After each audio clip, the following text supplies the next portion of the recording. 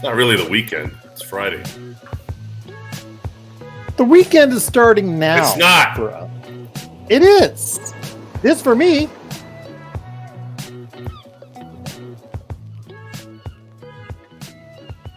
I'm in Vegas, so it's always the weekend.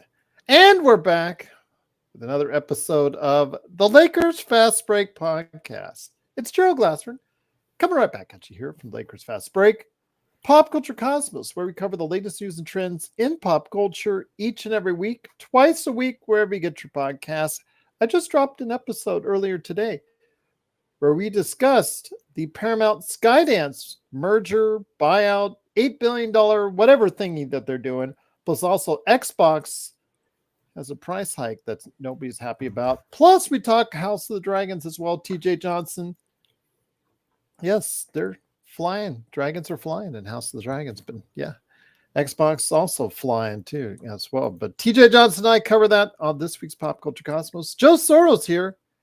Go ahead and check out what he's doing at Simblades, simblades.com. And of course, LakersBall.com is Oxide247, who are probably still saying, even after Bronny James missed his 8 3-pointer, it's okay, Joe. He is still going to make it, Matt. He's still going to make it, even though the crowd in the arena said otherwise. But of course, it is Joe Soro, Oxide247, LakersBall.com. What's up, Gustavo? Great to have you here.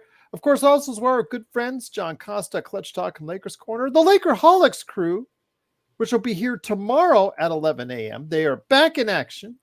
Jamie Sweet, Laker Tom, Michael Heinrich, and I believe L. Rob as well. Maybe I think he's involved. I think he's going to be in there. So check it out. Lakerholics crew tomorrow, 11 a.m. on that specific time. And then, of course, also as well, Lakerholics.com, where they hang out each and every day right there.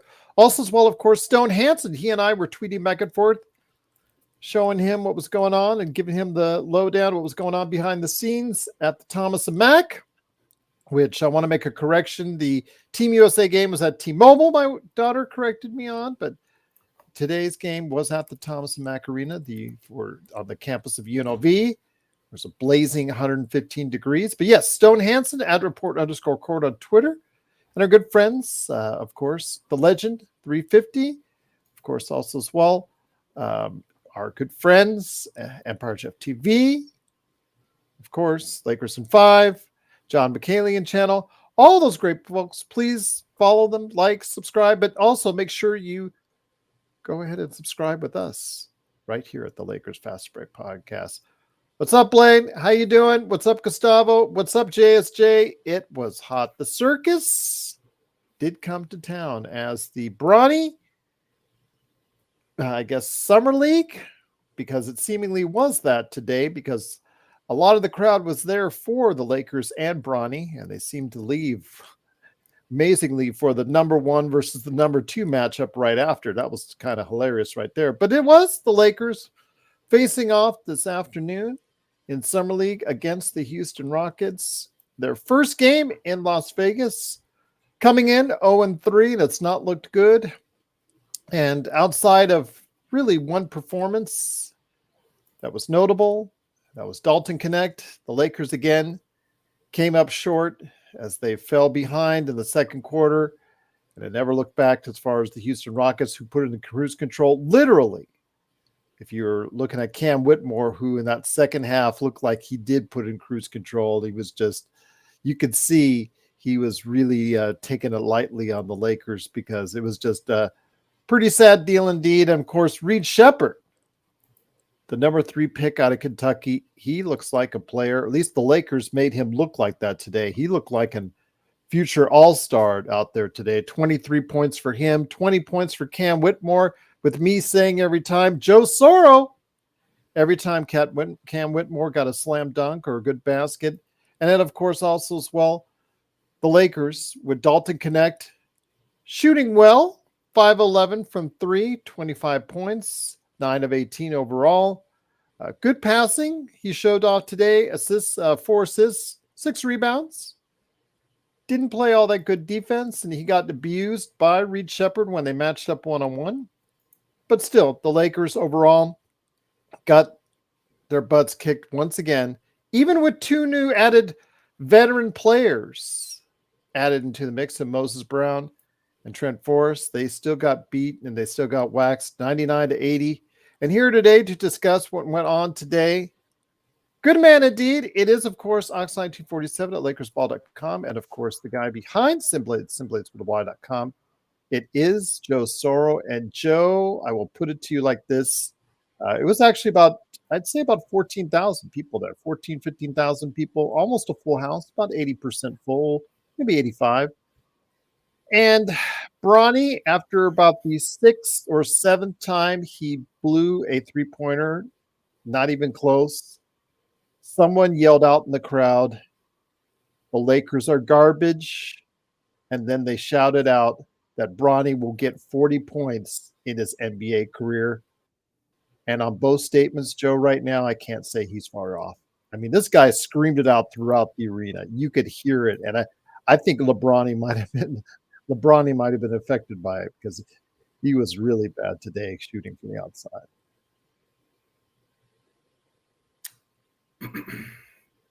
This situation is the microcosm of society right now. And those who say it's nepotism solely are confused at what nepotism means. Nepotism in a working environment, like let's say the Bus family, is considerably different than when it comes to a performance-based job. They're not the same. And it doesn't matter if someone else does it. I don't give a shit what Milwaukee does. I don't care what any other team does. It's that's because somebody else does it doesn't mean you should do it. I'm not even thinking about, see, if you allow this to run your brain, then you're in it. You've been manipulated into it. My job as an analyst or as a reporter, I'm not a journalist, observer, I should probably say, is to pay attention to things that matter, because I'm not running the team. If I was running the team, it'd be a whole different story. I'm an observer. I'm a fan.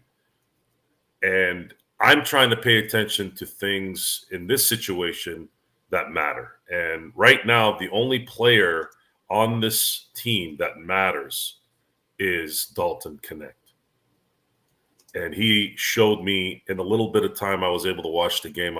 The game times have been absolutely horrendous to my schedule the last few times. So I haven't been able to catch it from beginning to end. But Dalton Knecht is what I'm paying attention to. And right now, that's the only positive that I've seen, not only in Summer League, but also in the summer. He's the only bright spot that I've seen. He's the only improvement that I've seen in any stage of this. Anything beyond that, I'm just not going to care about. I'm not going to pay attention to. You reality star hopefuls, reality BS fanatics, you can go ahead and pay attention to this fiasco. I'm not going to let it get to me. No. What you're going to have to explain, though, because I'm going to come back. You have to explain to me, when the Lakers are 20-25, what's going on. It was so funny, Joe. Get this. Stone sent me something on Twitter after I showed him the crowd of what it was like during the game, Joe. Get that? And then right after, again, the number 1 pick versus the number 2 pick, half the arena left after the Bronny game. And the attention on Bronny and the circus, as JSJ called it, is so big on this. After the game, they had a press conference, right? Both teams, right? With a couple of the players. Reed Shepherd, who absolutely killed it out there. He looked like he was toying at times with the Lakers, and Bronny James at times. It was not even fun. The kid is skilled. That kid has got it. I really think he's going to be good as far as in the league. I mean, he just really showed out today on all aspects. But he has the press conference same time as Bronny has the press conference. I'll send you the picture if I remember, Joe. It's so hilarious because get this. There was like 2 or 3 people waiting to interview Reed Shepherd.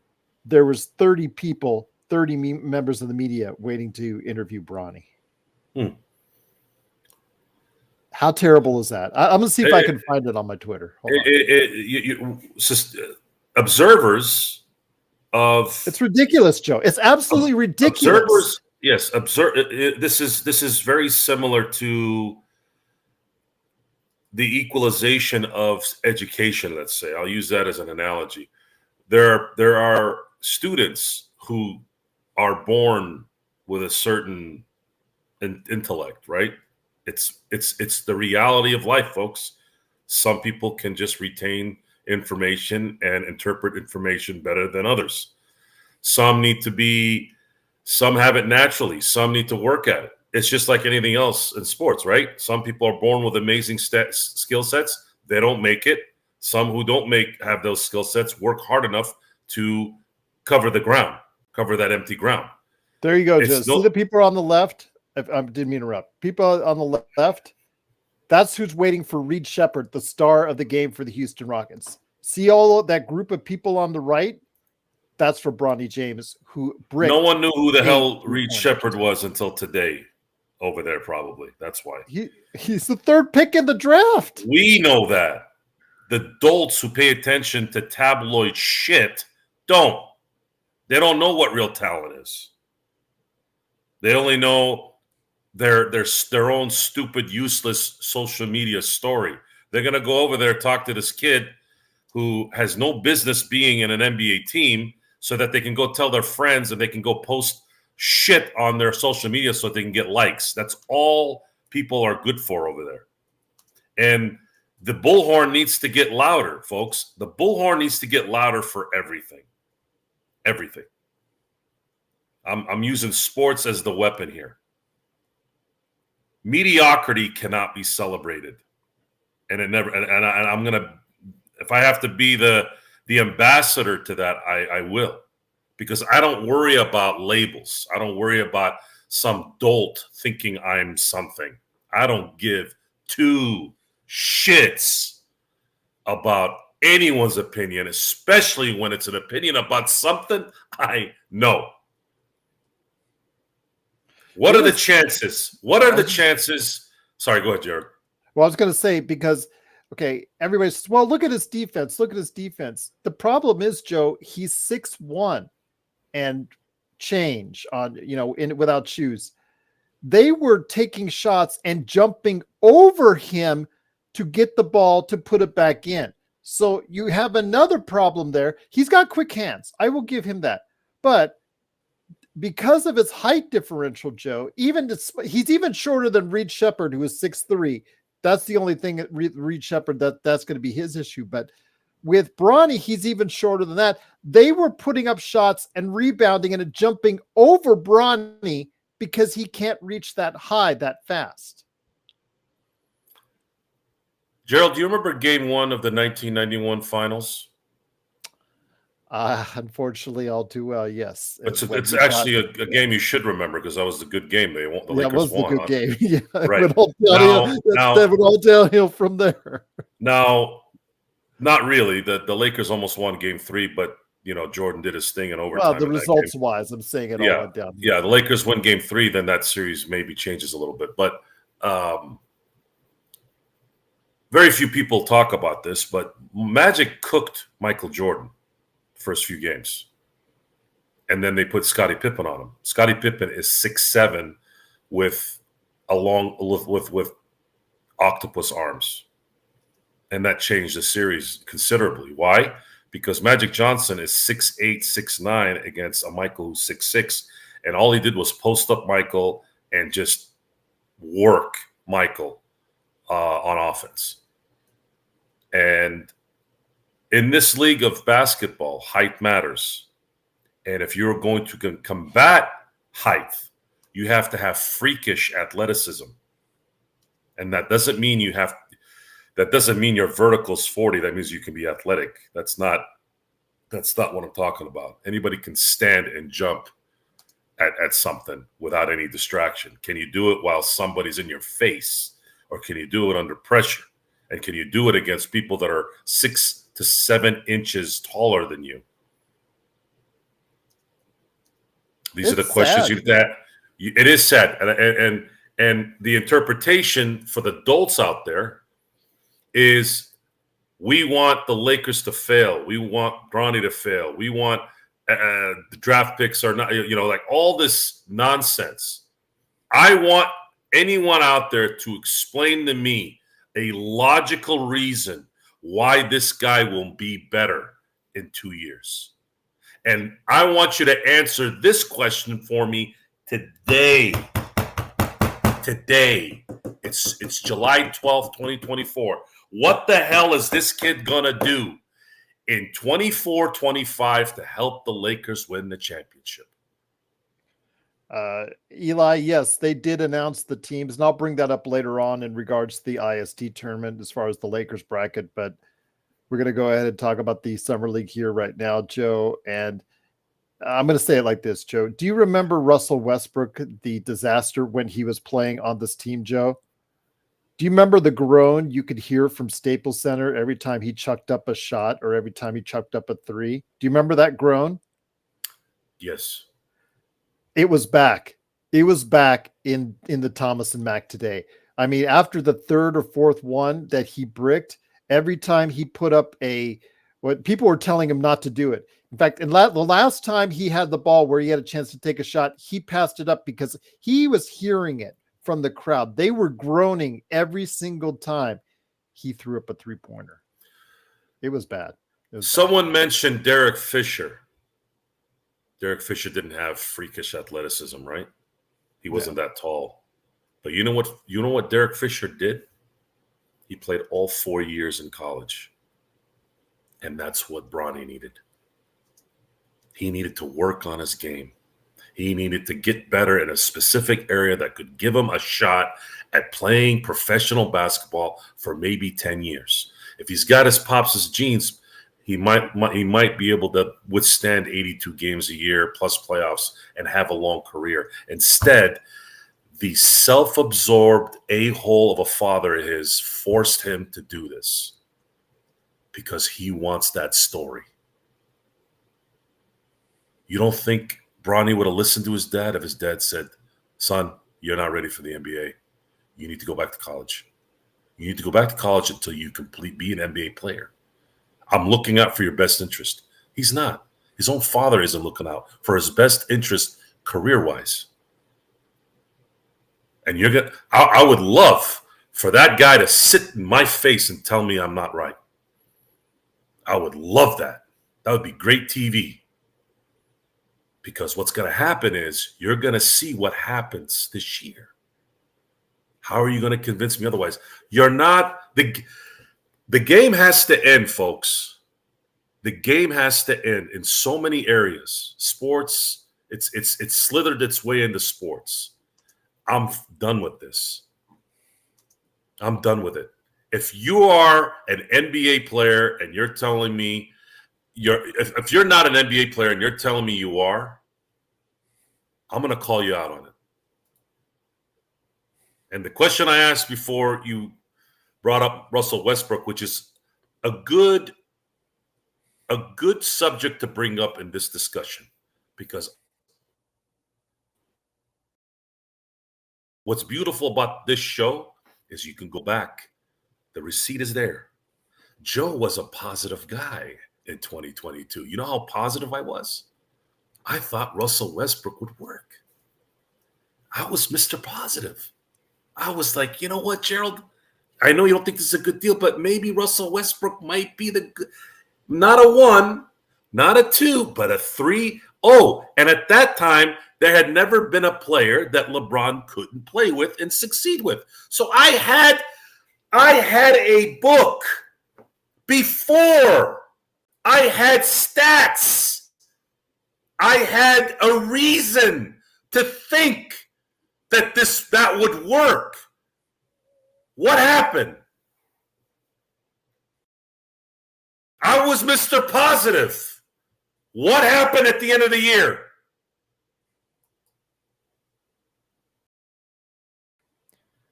No playoffs. Yeah.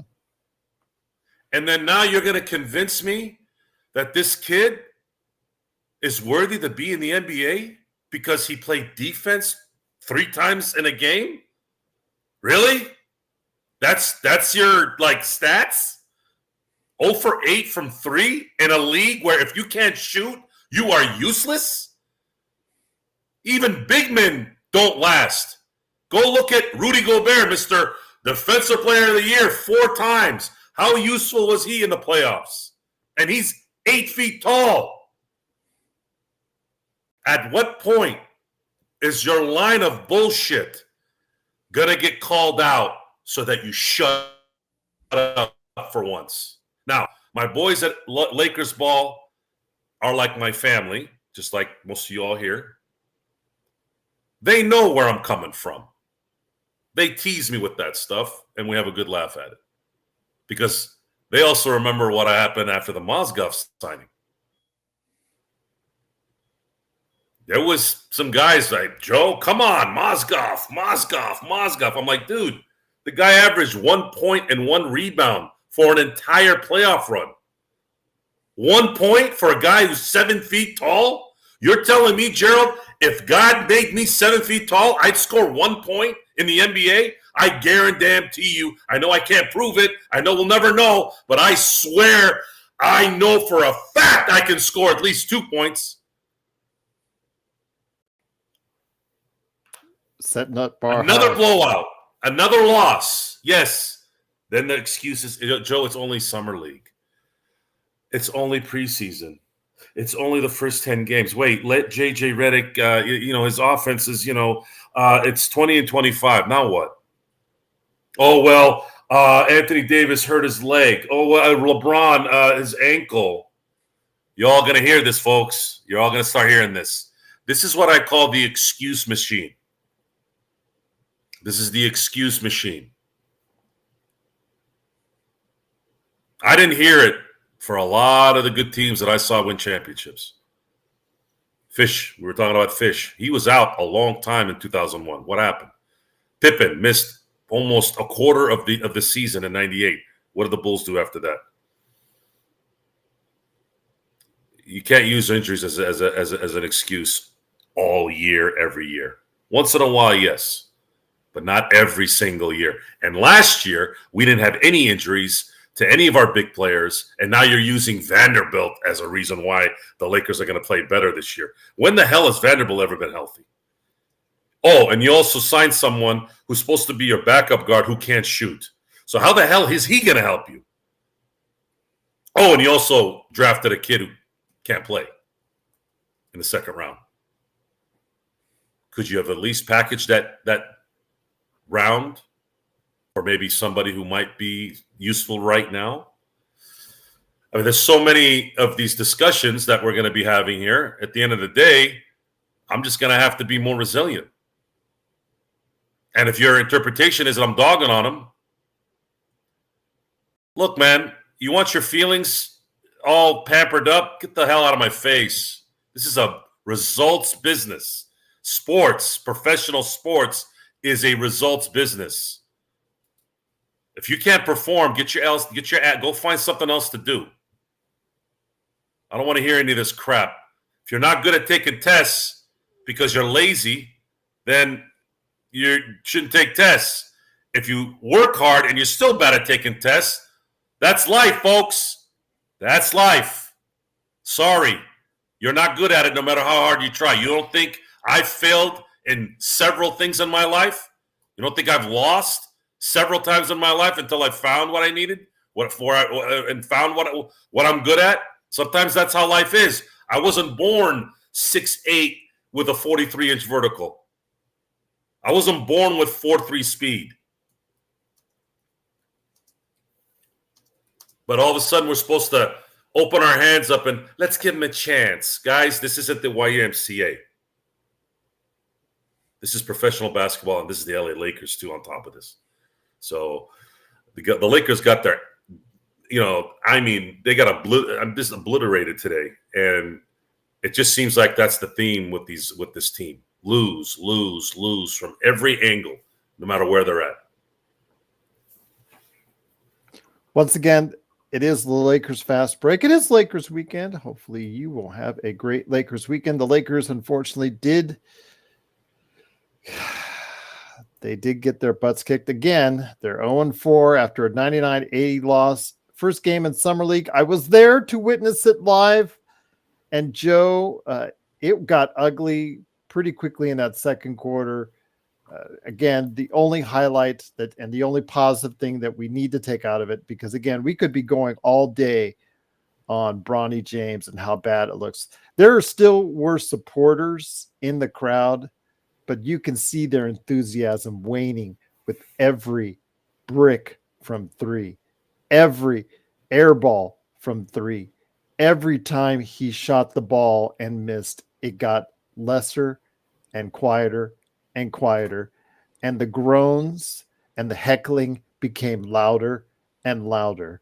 But with Dalton Knecht, I know we had our argument on the phone in regards to his defense and his handle needing to improve to at least be passable to make sure he can stay out on the floor when we need him the most. But his vision, his passing was a surprise to me. I thought it was pretty good. 4 assists for him today. But it was the threes finally coming around, something I had said on the show that I thought would come around because it does look like a good stroke, and it did come around today, Joe. 5 of 11 from 3, 9 of 18 overall, 25 points, 6 rebounds, 4 assists. If there's anything to take away that's positive, it is Dalton Knecht. I agree. There was some good screen and rolls where he would move to the elbow and was hitting shots. He's got the NBA body and the NBA physique, the NBA attitude, and the NBA demeanor. I believe if he works his butt off, he is going to have a career in the NBA. And he will be valuable. He will be valuable. I've seen enough so far in Summer League. Pay for the tickets, Joe. I would have been pissed if I paid money for that. And heckling people too. I don't know what kind of. Oh, it was loud too. I don't know how. If you want to heckle, it's your right as a fan. Sure, they were talking some major crap in the upper rows. Yeah, but I'm not. That's more about them. That's more about them feeling good about themselves that somebody else is failing. They weren't lying, my friend. Let me thing is. Well, let me say this. When somebody shouts, let's say you were at the game today and somebody is seeing Bronny and they're shouting that he'll only get 40 points in his entire career, are you disagreeing with them? Well, LeBron is the coach, right? By the way, he didn't talk to JJ Redick at all during this process. Supposedly. Mm-hmm. I mean, we're going to get into that detail, and I have some fun stuff about that when I heard that. If you want to heckle anybody, I want you all to heckle LeBron James. This is LeBron James's fault, and his mother's fault, and LeBron James' mother's fault. If this should have been stopped long time ago. This should have been stopped a long time ago. They stunted their son's development so that they can have their hallmark moment. That's a selfish, stupid decision on their part. Huh? And LeBron needs to know that, not in a heckling way. He needs someone to look at him with a serious face and tell him exactly what he did. Because I think everyone is they're in delusion. Everyone, Rich Paul, Maverick Carr, all those lackeys that LeBron has. You stunted your son's development so that you can have your moment. You're a selfish prick. You've always been a selfish prick. Now, there's some degree of selfishness in any elite, egotistical, maniac, great player. We get that. But this is not about winning or being the man or any of this. This is now affecting somebody else's life. Your selfishness is affecting your own kid. And look what you're putting him through. What is this for? So that you can go on TV and say, oh, he's not affected by it? You're such a freaking liar. You are all liars. I hate liars. They're all liars. And you want me to cheer for them? You want me to cheer for these people? I didn't talk to JJ Redick about the team that I captain. LeBron is the captain of the LA Lakers, and he didn't talk to the guy he was doing a podcast with the day before about a position with the Lakers? Do you really think someone like me is that stupid? Maybe other people are stupid. They'll talk themselves into thinking that happened. But what about smart guys, common sense people? What do you think they think when you talk like that? What kind of respect do you want from that? If the Lakers were a championship team and we're focused on winning a championship and we're constructing the team to win a championship and their, let's say their rosters are good. If you came to me and said, Joe, is it okay we draft Bronny at 55? Let's do this thing with LeBron. Sure. Yeah. Team's already full. We're focused on championships. Yeah. Little moment here. Cool. I think it's dumb for him to come out of college, but it is what it is. But instead, what do we have? We have this being the beginning, the focus of this year versus trying to win a championship when your rival just won a championship and passed you again in all-time titles. It's an absolute joke. Anyone who believes this trash, you need to go get yourselves checked or really reevaluate your brain. Seriously, this is not a joke. If you actually believe any of this stuff they're saying, and you believe that this guy earned this spot, you are stupid. You are stupid, like brainless. And that is a fact. Go ahead, Gerald. We got somebody that actually wants to come on the show. Somebody in our chat, Lakers Nation in the house. Do you want to bring him on? You want to see what he has to say? Sure. All right. Well, okay. Dan, I think that's what your name is. Your real name anyway. Somebody go ahead and send you the link. There you go. Again, make sure we're on Talk Studio. Make sure your browser is Chrome and you allow for your mic and your camera. Go ahead. Come on here. And you can see if you can have at it with us. It is Gerald Glassford along with Joe Sorrell. Yeah, it's not Lakers Nation, the channel, R. Bruin, but I think it's someone who uses that for his moniker. So I'm interested to see what he'll say and if he's going to defend Bronny in any way. But it is the Lakers Fast Break. Truly appreciate you joining us. Once again, the Lakers do lose 99-80. But again, Joe, I want to take from that for the positive. Colin Castleton, though, another okay performance, 10 points, 10 rebounds. Maxwell Lewis, I think it's time for the Lakers to go ahead and look for alternative places for Maxwell Lewis, Joe, because another poor performance from him. His best Summer League moment in 2 years was the first 4 minutes of Summer League and the last 5 minutes of Summer League in the last game. Again, another disappointing performance. At one stretch over the course of a couple games, he was 0 of 18. It's not been pretty. These guys in their second year, Joe, in Summer League have to dominate. And you're only getting middling to okay returns for Colin Castleton, and you're getting subpar returns from Maxwell Lewis. I don't know if these guys can actually help you on the big club when it comes to this season. Castleton just needs to put his head down and try and do his best at this point. I mean, double-doubles, there's worse things than someone who's likely not going to be able to be a regular rotational player right now that's getting double-doubles. But he's got potential. He's a non-drafted player for the Lakers. So if you can keep him as a two-way player and he continues to develop, maybe he'll be something in a year or two. I think he's got the want. Whether he will be, I'm willing to wait. I'm willing to give him a chance. I think he's shown a little bit. 805, I really love having you here, my friend. It's always good to see you, but I know that you're pissed off about us touching on this Bronny thing, but you don't understand. It is what everybody in the media and the NBA and fans are talking about. I was there today, and 15,000 people, maybe 10 of them, were there just to see Bronny. They were really excited and hyped up to see Bronny James Jr. Whatever you want to say, it is just that, I told about the media coverage after the game. Do they want to interview Reed Shepherd, the actual star of the game? No, they all want to interview Bronny James. Everybody has their, and that's an embarrassment. It's embarrassing. On the freeways, the digital billboards have Bronny James on the front. It's embarrassing. You are propping up a player who's not good.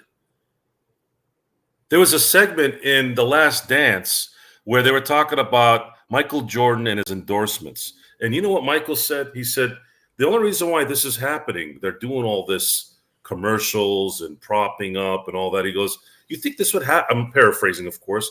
Do you think this would happen if I was actually averaging 2 points a game? It's all based off performance. People didn't know who the hell Michael Jordan was when they got to Chicago. They were talking about how they were selling out indoor soccer in Chicago better than the NBA in Chicago. What changed? Performance. You had a guy jumping out the building, dropping 30 a game. Mm-hmm. People want to see greatness, good sports, good performance, good athletes. Now it's shifting into what? Popularity, just a name. Fuck you, man. I ain't watching that garbage. Go watch the Kardashians. Go over there. Go watch those sewer rats. I don't want to watch any of that crap. I don't want it coming to the to sports. Never. This is sports. You have to have talent. Mm-hmm. You should celebrate talent, and you should support talent, not a name. And if that's negative for you and you don't like it, then go over there. Go watch that garbage. Mm-hmm. I'm not saying anything right now that hasn't been presented to me, folks. What's our record in the Summer League? 0-4. 0-4 and got your ass whooped in every one. You want me to be happy? Oh, yeah, we're doing great. They're learning, guys. Yes, they're learning. You want me to do that? After what? 4 years of only winning 2 series? 4 years with LeBron and AD. You only win 2 series? And you want me to be happy? You want me to be positive? After having an offseason where you didn't get shit in terms of getting any talent on this team, other than a draft pick that New Orleans said, we'll give it to them. Imagine if they didn't. Where would we be right now? We wouldn't even have one positive thing. That was still determined by someone else to say, yeah, give them the 17. We're gonna get it next year. You didn't even earn that one. So I'm supposed to be positive and happy. No, I will not. I will never be happy until this shit stops. I don't give a shit if it hurts your feelings or you want to be positive. It doesn't matter. Win some games and you'll see me turn positive. How about that? Is that a deal? Gerald, is that a deal? Sounds good. And here now is Danny's Lakers Nation coming out here. Danny, welcome to the Lakers Fast Break. Truly appreciate it. Hi, guys. Somewhat of a new member to our chat. Truly appreciate you joining us.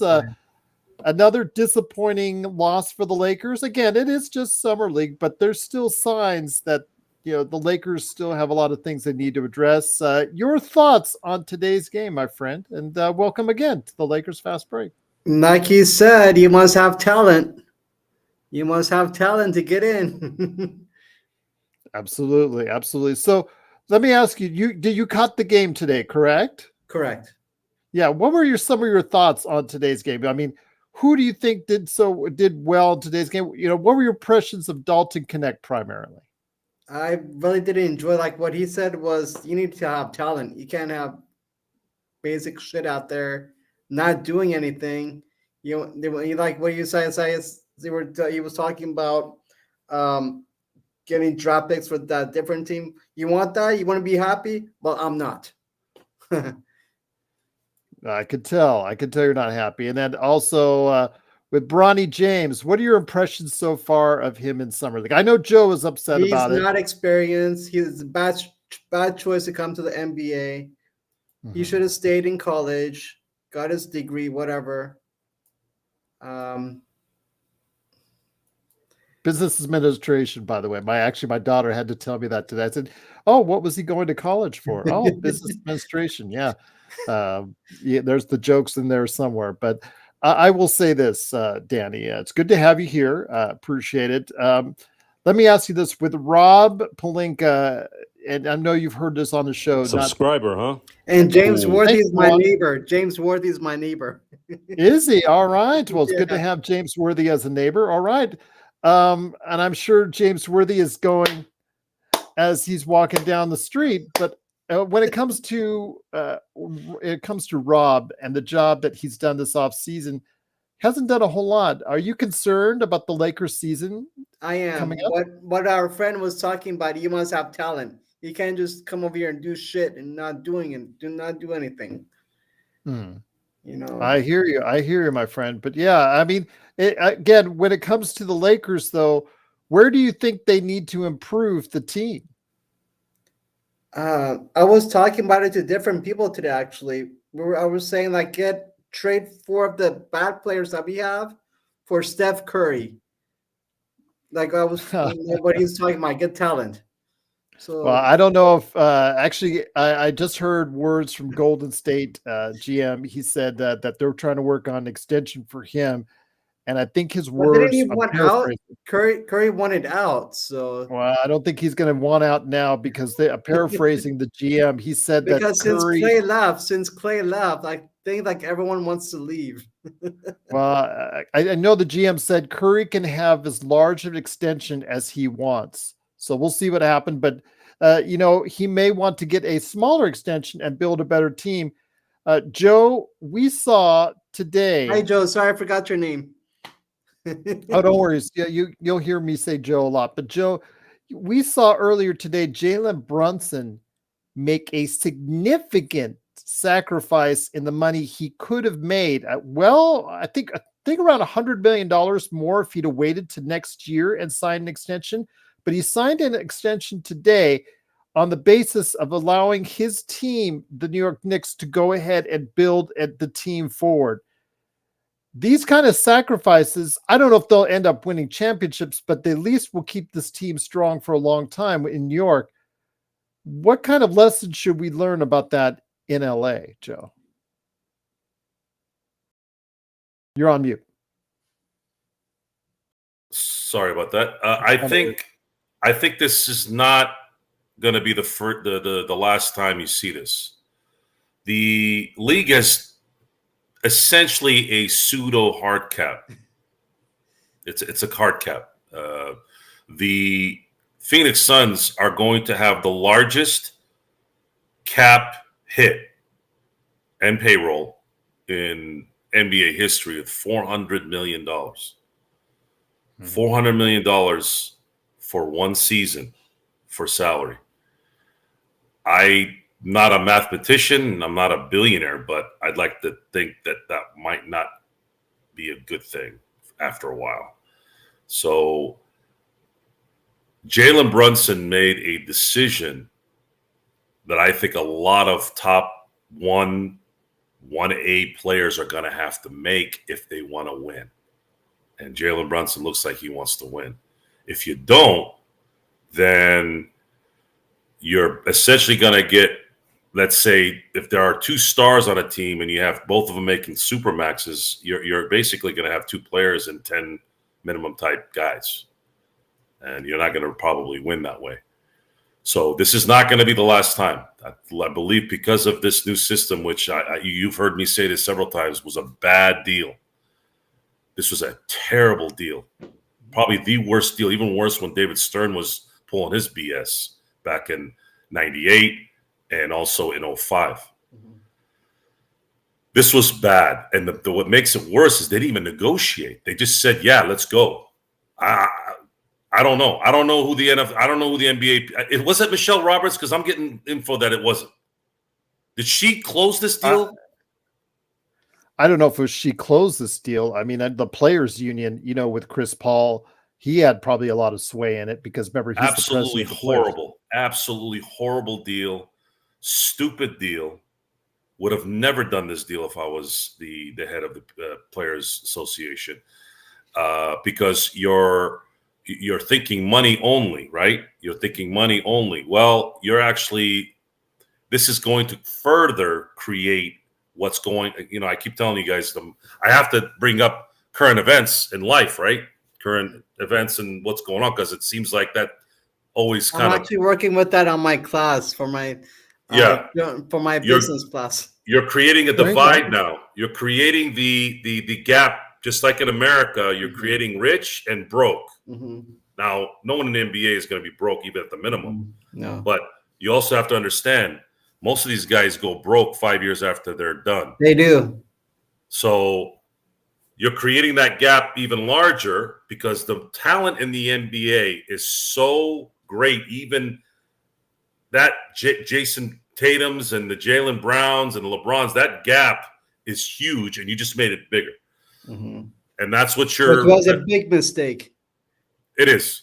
And you're gonna get what? You're gonna get parity. Everyone's gonna have a chance to win. Yes. That's what I want. I really want everyone to have a chance. It's not happening. So, Danny, I'll bring it to you before we get back to Joe, and I'll leave you back into the chat, my friend. But Danny, before I have you head on out, my friend, I wanted to go ahead and get some thoughts from you.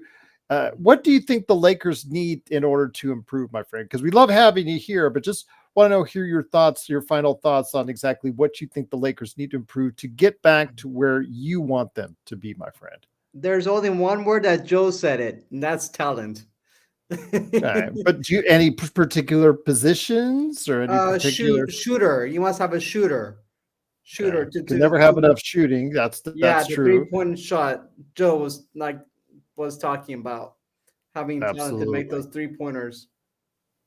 Danny, do you have a YouTube channel or anything you want to plug before you head on out, my friend? Lakers Nation in the house. So that's my YouTube channel. Guys, support my channel, guys. I'm a sports guy. I'm just a student at Santa Monica College. Oh, okay. I'm getting my associate's degree in journalism, media production, television, and sports.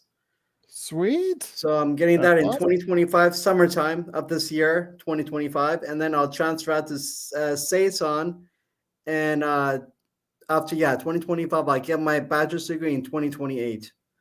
Congratulations. Continued success to you, my friend. Appreciate it. You. And looking forward to having you back on the show. But any last thoughts before you head on out, my friend? Go Lakers. There you go. All right. Once again, it's Danny's Lakers Nation. Truly appreciate it, my friend. Get you back on the show sometime. Absolutely great having you here, but always looking forward to hearing from you in the chat as well. All right. But Joe, IST, I know you. I want to go ahead and hear your thoughts on this before we head on out. It's the IST. Let me see if I can get the teams that are in it. It is the Lakers. It is the Phoenix Suns. It is the Oklahoma City Thunder, the San Antonio Spurs, and the Utah Jazz. So your thoughts? I don't see a repeat for the IST. There's a couple tough matchups in there.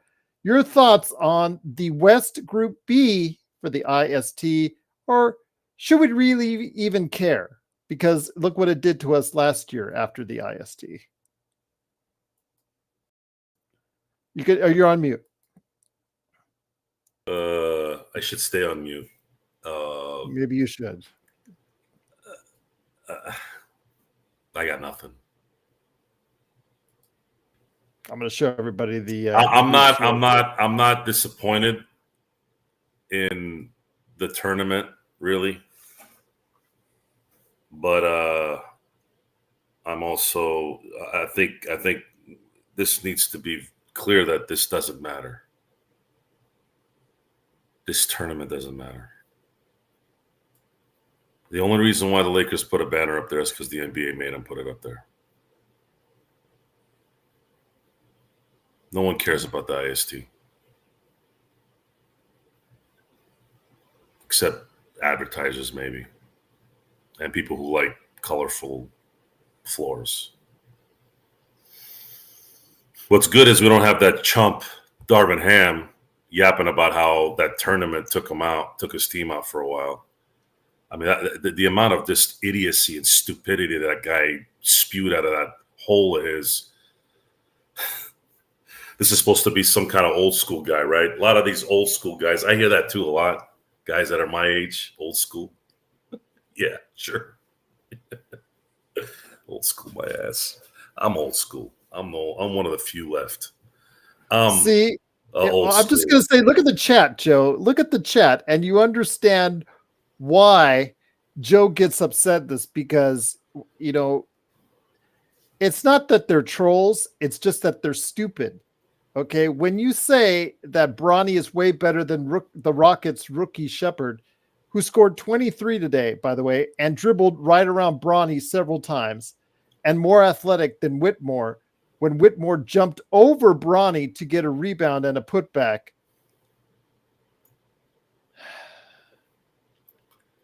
I'm going to guess that, it is stupidity, or maybe he just stupidity. He's just messing with you. Well, he's doing a bad job of it. I mean, you just come off dumb.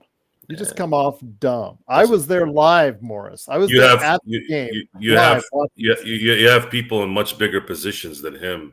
There was hysterical laughter at Bronny James. It was sad. You felt bad for the guy, Joe, after a while, because people were laughing at him. He was the butt of people's jokes. People were cracking jokes on him left and right. It was sad, Joe. It is sad. It is sad because he should not be in this position. And yes, he is a grown man. He is 19. He should be able to make a coherent decision here. But at the same time, when you have an influence as big as LeBron James and he's your dad,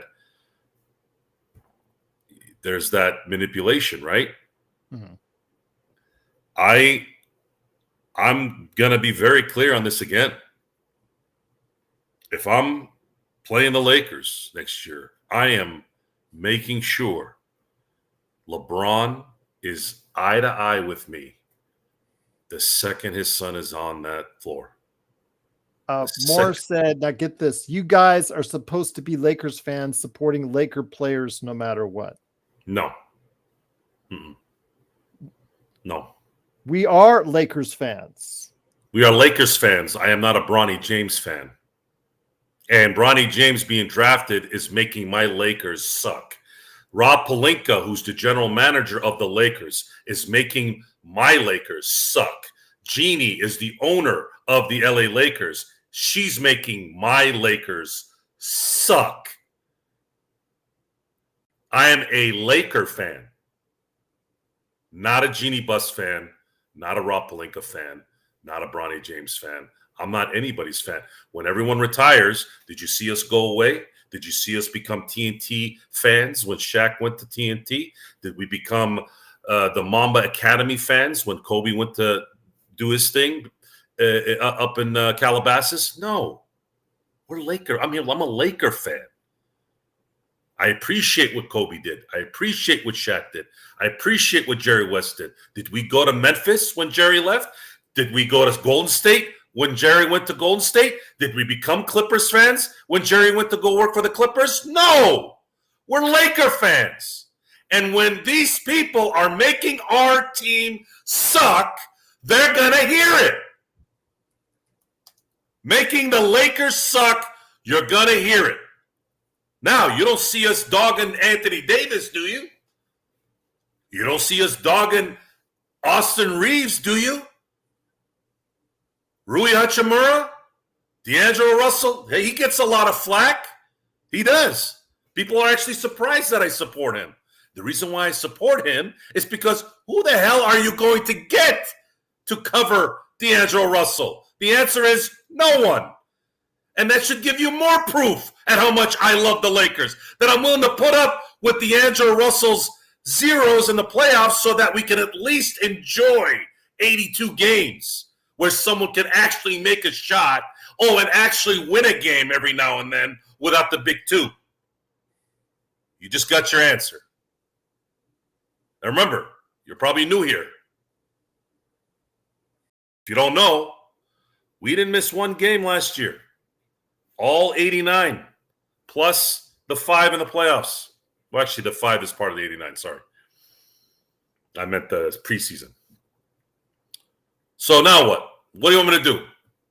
Well, you want us to be like Laker Nation, right? Since we're talking about it. You want us to be like all the other shows. Oh, yeah, thank you. Yeah, hey, props up, folks. Yeah, props up. Yeah, thanks for the nice comment, folks. Yeah, the Lakers need to go and, they need to play a little harder. You know what? Bronny needs to go and, maybe he needs to hit the gym. You want us to talk like every other damn show?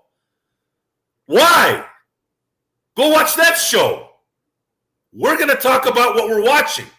I can't be that guy. I can't be that guy. It's not about me getting attention. It's not about me. You guys can go to my social media. You wouldn't even know what the hell I looked like on my social media unless you dug deep into those pictures. I'm not here for the attention.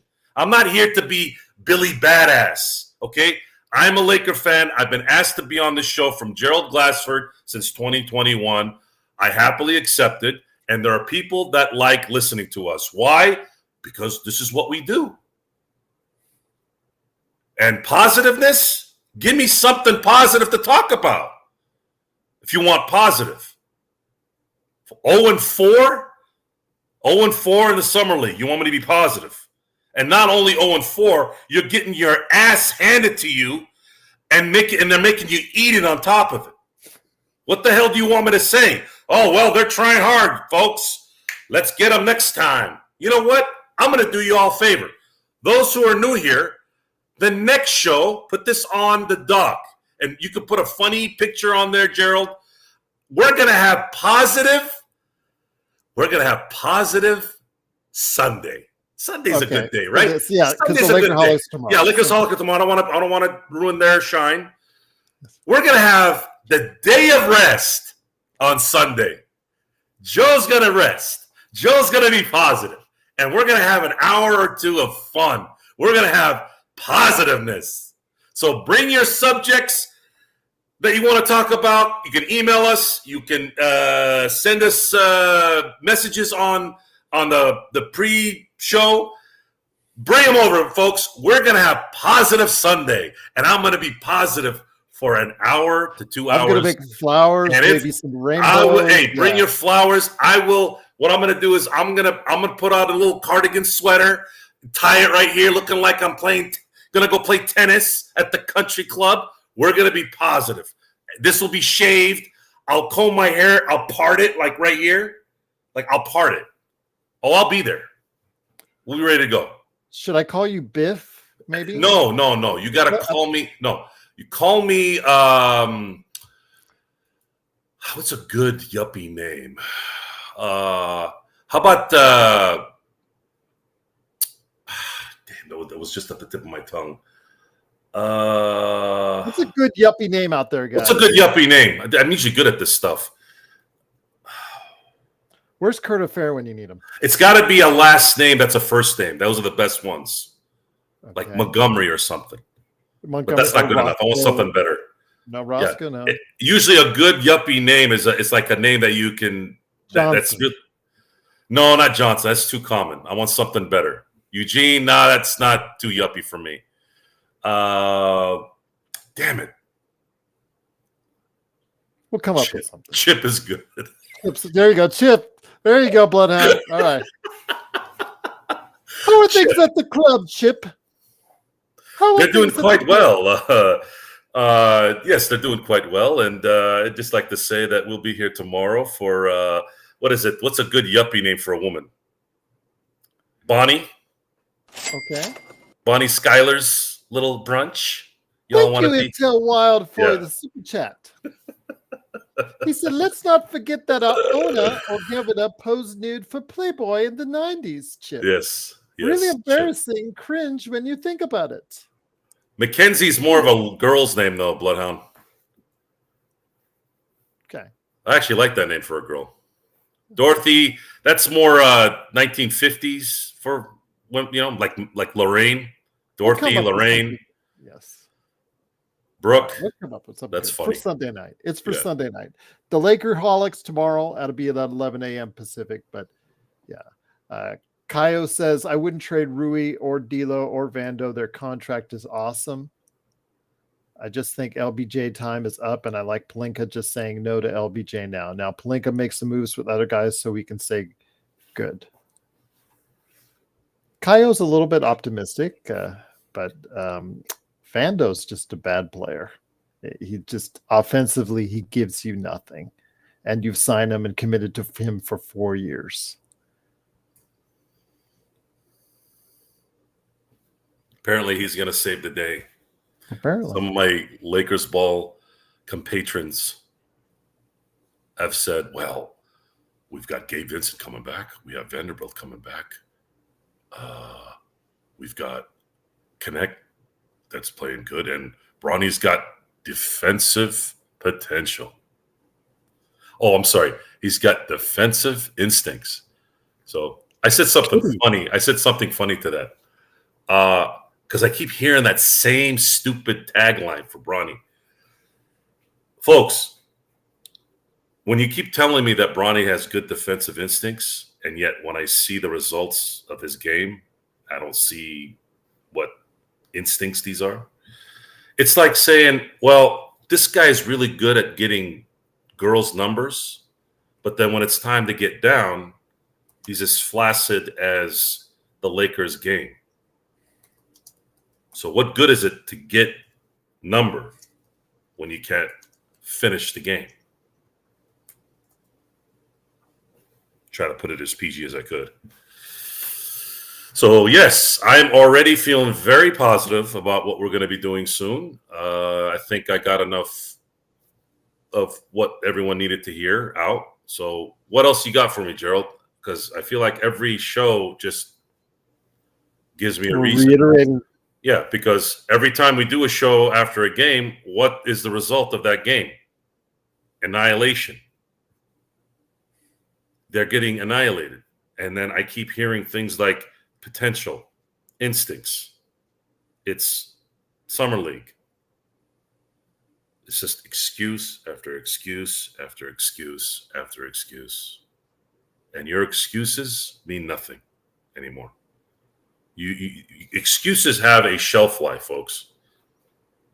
And that shelf life really ended after Game 5 of this year's playoffs against Denver. Especially considering they were up almost every game. They were up in almost every game. 20-point. No, they were up in every game. Yes. They were up in every game, and including a 20-point game lead, and I think it was game 2, if I remember correctly. Yeah. Yeah. And, oh, by the way, since you brought Caitlin Clark up, Bloodhound, I saw Caitlin Clark play. I saw a play today that would prove to you why this person is so good and how every week she gets better. The way I'll give you that, Joe, from our last conversation. It's the second she got the inbounds pass, she's going up. She's up a third of the court, so she's got to cross the half court line. By the time she's getting to the half court line, she senses the trap, gets the ball at the right time, then runs to her spot, then goes and helps sets a screen, runs around, and then gets a little bit of an open shot. It wasn't even like, wide open. Like she was putting the work in that whole time, drains a three. Now, for me, I just got Reggie Lewis. God rest his soul as well. He was good too. I got Reggie Miller vibes right out of the gate. I mean, it was as Reggie Miller in his prime I'm not saying she's going to be as good as Reggie He Miller. was pretty rough out the gate, Joe. It was pretty rough out the gate. You and I have been back and forth. She has matured quickly. She's gotten a lot better quickly. And now she is playing at a level that you guys were talking about earlier in the season, that she's cut down the turnovers dramatically. I still probably say, well, Angel Reese is killing it too. So I don't know. Either one of them have been really good and would make both would make great contributions on Team USA. What is it? 14 straight double-doubles for Angel Reese? The point that I'm making here is unless some of these guys start taking this seriously and really playing the way they're supposed to, and the thing is, she can shoot. Well, let me go to turn it back on them, those people in the chat that are really supporting Bronny. Do you consider them Lakers fans? I'm not gonna dog on people who are overly positive. I don't think that's it's not good on my end to sit there and go, no, you should be negative. Good yeah, point. I don't care how you. My response to it is your interpretation of what I'm doing. If you're saying that I don't care about the Lakers and that I want my team to fail, then you're a fool. Now, I have made concessions by saying I'm picking the Lakers to beat Denver in playoff series because it's a playoff series. I have to believe the Lakers are going to win that series. It's in the moment. You're there. It's a playoff series. It's different.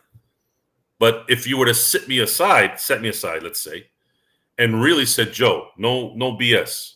What's going to happen in this series?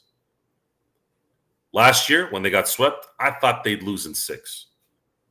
This year, I actually said 5, and they did, because I thought the Lakers were going to get 1 game. But I never said that publicly on the show because I want to believe that the Lakers would have made something happen where they could make it work. Maybe Jamal Murray gets hurt. I don't know. And if you don't believe me, folks, preseason of 2023, I said that Denver was going to the finals. And we talked about when the Lakers made the Western Conference Finals, I picked the Lakers to beat Denver. But I did that because I have to. That's the one time you gotta do it, when it's playoff time. It might be wrong. I might be a hypocrite in that. Yeah, you're right. But beyond that, and the fact that the results have been so bad for so long, and I don't know if anybody's really registering it because everybody keeps living towards that. Well, we made it to the Western Conference Finals, folks. This is the LA Lakers. We don't make it to the Western Conference Finals. And by the way, we win that series. We don't lose that series. You know how I know?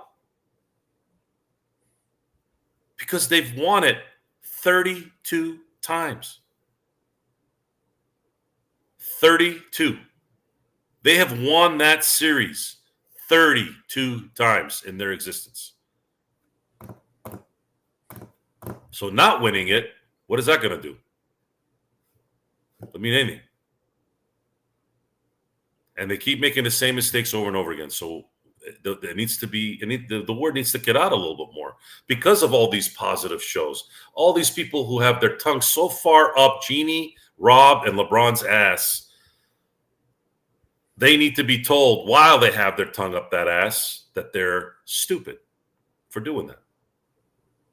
Instead, you have a bunch of people around them just waiting to go put their own tongue up that ass. Why? So they can get press passes, so they can be liked. I don't give a shit about being liked. I have enough people that like me in my life. I don't need anybody else. So I don't have nothing to lose. I make my own money. I got enough friends. I got good family. I don't give a shit if I don't be liked by anybody. I don't care. But I do want my team, the Lakers, the greatest basketball team that's ever lived. I want this team to win. My passion is for my Lakers to win. And when your focus isn't about winning, you're wasting my motherfucking time. And on that note, again, it is the Lakers fast break. The Lakers do unfortunately lose to go 0-4 on the season. Their first game in Vegas, I watched live, 99-80. They lose. Dalton Knecht, again, 5-11 from 3, 25 points, 6 rebounds, 4 assists. A good showing for him. Again, just needs to shore up a little bit on the defensive end and a little bit of a handle. But again, if you're putting him out there as a spot shooter, Joe, I think that Stroke, I told you the other day, and I told this to the crowd out there, that I thought that Stroke would come around. It looked good. He was missing some shots in at the Chase Center, but today showed that, again, he can light it up when he wants to, Joe. Where he's going to struggle in the NBA against NBA talent is separation. He's gotten separation more and more the more he's played in Summer League, which is a great start. But he's going to have to turn it up a notch in speed and aggression, which is the only way he's going to learn is to play. And the Lakers don't have anybody outside the top 5. He should play. He should be the 6th guy off the bench at this point. I don't trust Vanderbilt to make a damn shot. I don't trust Gabe Vincent to make a shot. So if you got a run and gun, you better put Knecht in there and get him some room. And AD and LeBron will. They will. They will draw a second defender in a lot of sequences during the game. Find Knecht and let him connect. Let's see if JJ Redick, Mr. I didn't talk to LeBron. Mr. You all played with plumbers. Mr. Watered down in the 90s. Okay. Notice Kevin Durant, Kobe, LeBron, Steph Curry. Notice they never said something that stupid, right? Because great players wouldn't say something that stupid. I'm just going to say this. Has Bronny hit a 3 this in Summer League yet? I'm not sure he has, Morris. I have to check to see his stats from the previous Laker games on that here before we head on out. But yeah, Joe, again, trying to take some positives out of it. Again, the Lakers' second draft pick last year, Lewis. I don't think it's going to work out with Maxwell Lewis, man. Has been struggling almost the entire Summer League, and in your second year, you have to dominate. So I don't know, my friend. I don't know. It doesn't look too good for him at this point. For who? Maxwell Lewis? Yeah. No, no. He's not going to work. He can't shoot. I don't know what the hell they saw him at. What was he doing in Pepperdine where they saw something? Nothing. I'm not sure. I don't know. Maybe he was shooting well there, and this happened in the NBA. That happens sometimes. It's just what it is, folks. It's just what it is. Some can, some can't. You're not going to get every second round pick. You're not going to get every free agent. It is what it is.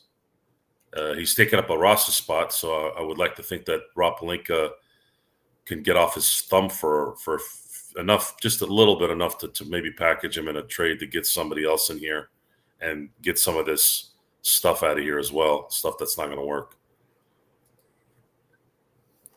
Checking it up here as best I can for what Robbie, because they hide these box scores. Here we go. Because was told that Bronny had hit some threes, and I don't think he's hit any more. So I think you're wrong again, as you've been wrong this entire show. So I don't think he's hit a three. I don't remember hitting 1-3. Yeah, because remember, he had 3 points in one game, 4 points in the other. This was his third game. He missed one game because he couldn't play a back-to-back because his knee was swelling. So, yeah, I don't think he's hit a 3 at all. I'm just trying to go ahead and – yeah, I don't think he's hit a 3 at all, Morris. Yeah, I think you're dead wrong again. Who's wrong? That's a skill, Morris Sai. That's a skill, to be dead wrong an entire show in the chat. That Yeah, takes some Morris. effort. Yeah. Morris, in an argument, you got to be right at least a little bit. And if you're going to come after people that know something, I try to use the same example. Am I going to go mess with Neil deGrasse Tyson about astrophysics? I'm going to sit there and shut up. I have nothing to say. Unless he asks me, is Mars a planet? Yeah, it is. That's it. That's all I got. His average is now his college average, Joe. 5 points on the summer league now.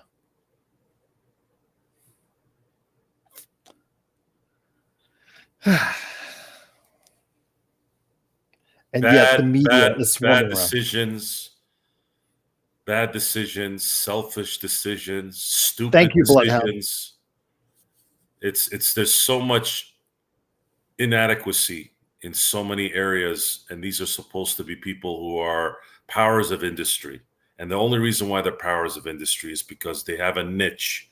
LeBron has a niche, a very special niche, and that is he can play NBA basketball at the highest level.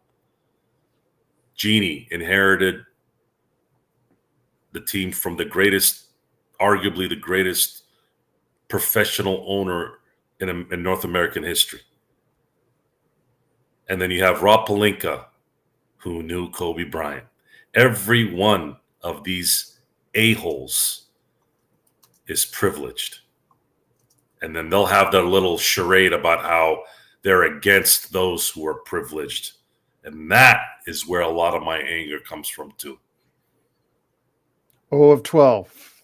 Thank you, Bloodhound. The only one that's earned his keep is LeBron James, which is disappointing because you would think someone who earned his keep and harnessed that talent and worked hard at it and embraced it and did something with his talent could cheapen it for his own kid, all in the name of so he can stand there and selfishly pat himself on the back for making it as long as he did so he could play with his kid. All the while being a detriment to what ultimately is why you're playing this sport. It's an insult to the sport. It's an insult to the team.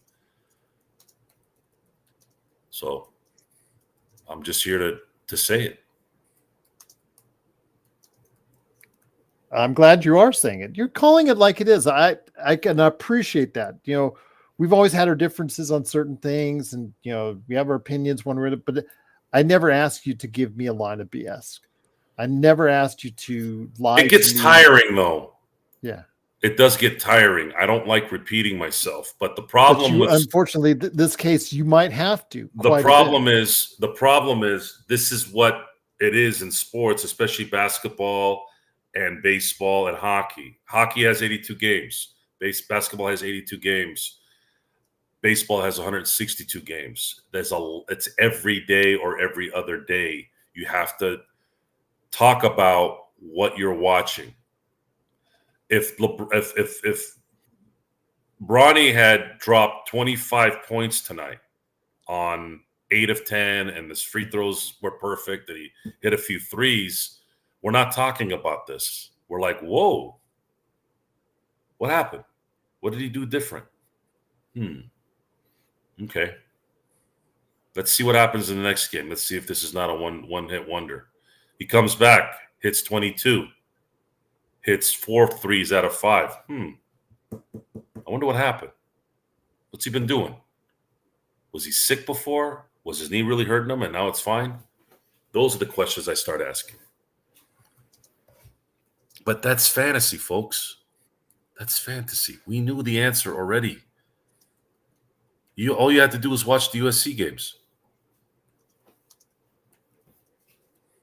And very few people are saying it because the public is a sewage. They're worried about backlash. They're worried about their bosses telling them, hey, man, take it easy. We're trying to promote this guy for advertising dollars. And if a producer came to me and said something like that, I'd be like, why don't you take this advertising, whatever the hell this is, and stick it up your narrow ass. I quit.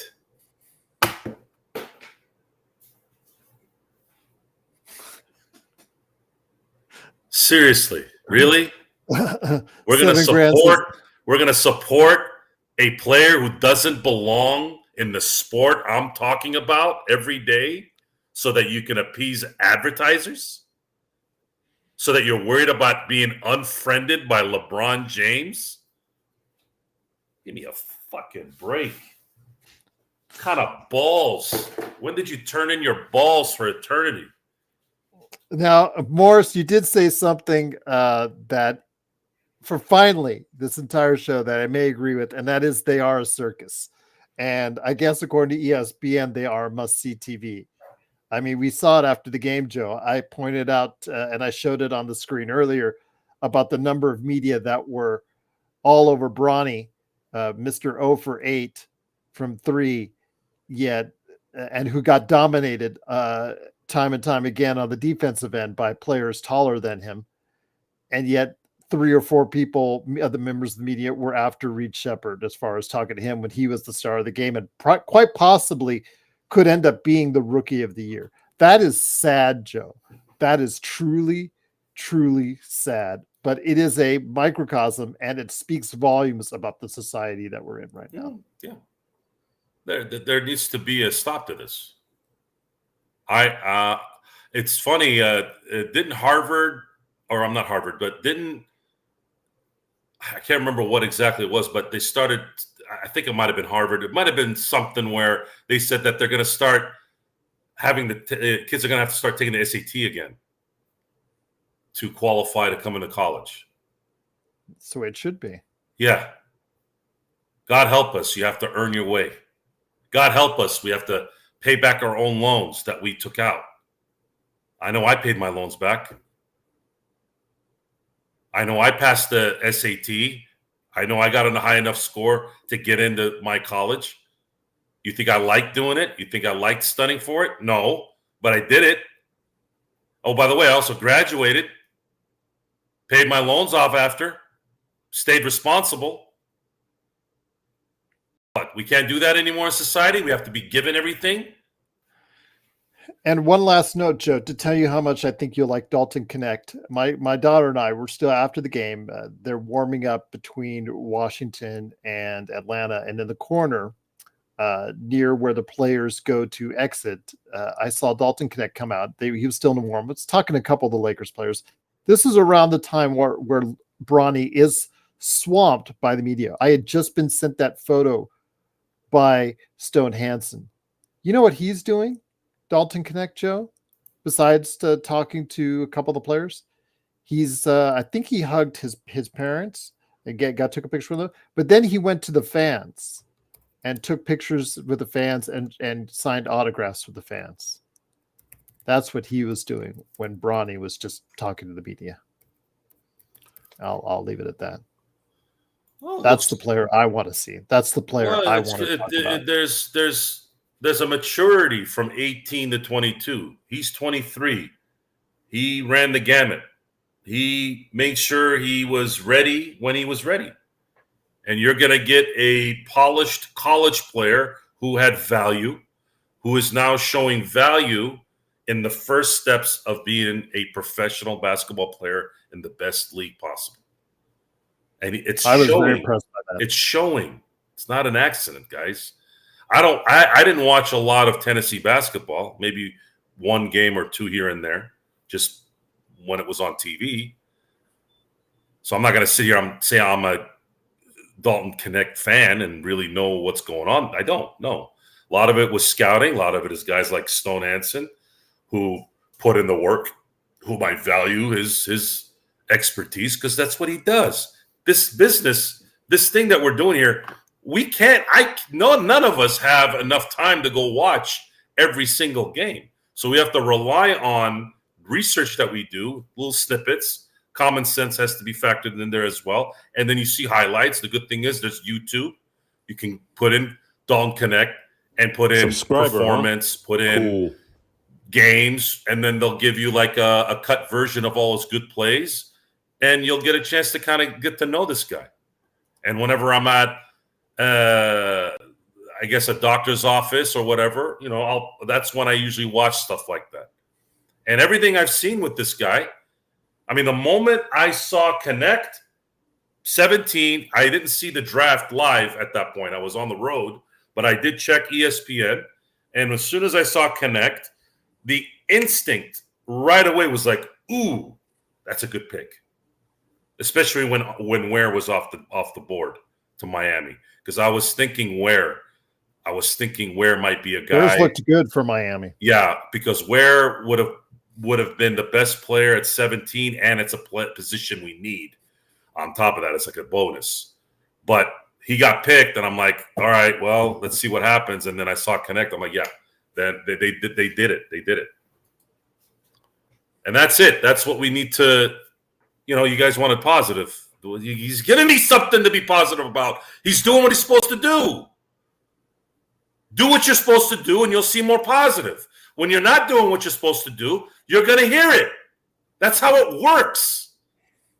You think if my kid's bringing straight A's at home and teachers love her and students are voting her to be whatever, you think I'm going to for no reason go, you know what, you need to be better. You got a A- over here instead of a A.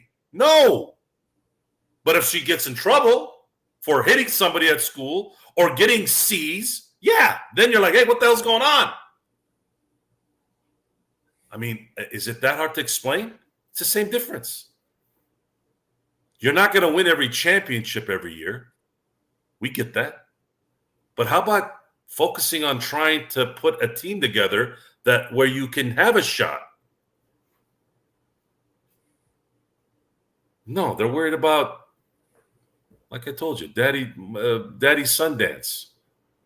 They're more concerned about this stupid-ass idiot playing with his son. Yes, stupid-ass idiot is LeBron James. That's what his focus is because he knows his team isn't going to win next year. So now let me go back to my selfish stuff so I can get what I want. I can get mines like he hasn't gotten his since he was 13 years old. He's almost 40 years old. He still wants more. He still wants everything for him. This is why people don't like LeBron James. It's not because he's passive aggressive or any of that garbage, or he made a decision 15 years ago. It's because he's a selfish prick, and it's at the expense of everything around him. There are plenty of selfish assholes like Michael Jordan, Kobe Bryant, Shaquille O'Neal, but I don't remember those guys ever doing that at the expense of the team. I don't remember that. And Jordan had every reason to be that way. He had to deal with Jerry Krause and his bullshit, Jerry Reinsdorf. Every time they talked to these guys, they were always under the threat of being taken out. And Jordan's like, dude, we're winning you guys championships. Why don't we just ride this until we don't? But no, Jerry Reinsdorf had to be right. No, we're going to stop. We're going to stop this early.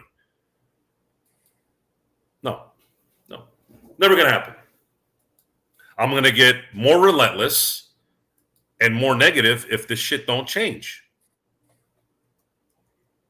I was born for the action. I was born for the heat. And you guys were asking to keep him here. You were begging him to stay. If I'm not People mistaken. who are here, who understand it, I'm not worried about. It's for the newcomers. I'm seeing a lot of new names here. So I'm trying to make an introduction. If I'm repeating myself, folks, the reason why I'm repeating myself is because I'm not repeating for the new people. And you're not going to ever see me on some interview trying to explain myself saying I'm misunderstood. And yes, it was a bad time in my life. And people thought I was this. Never. It'll never happen. The same reason why I'll never be a junkie. The same reason why I'll never rely on anyone because of money. I am never going to not tell you what is going on. I will be wrong 100 times because I'm a human being.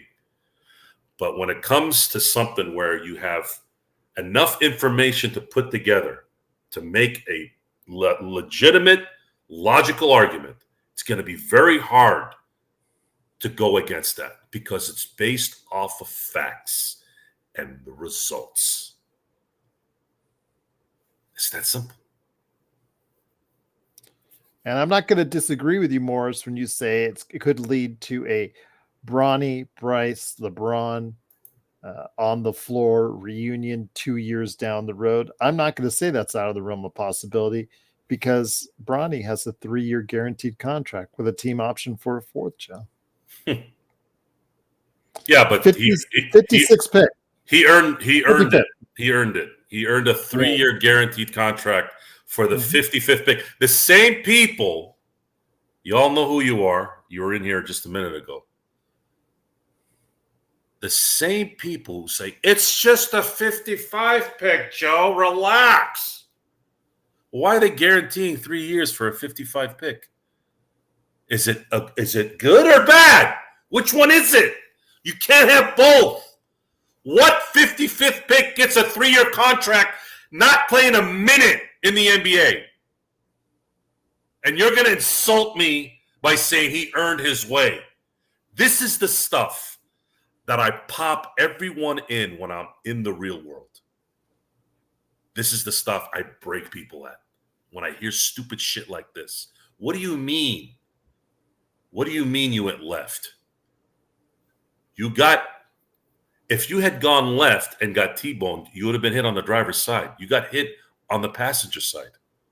I'm just making a story up here. This is not what happened, but I'm using it as an example.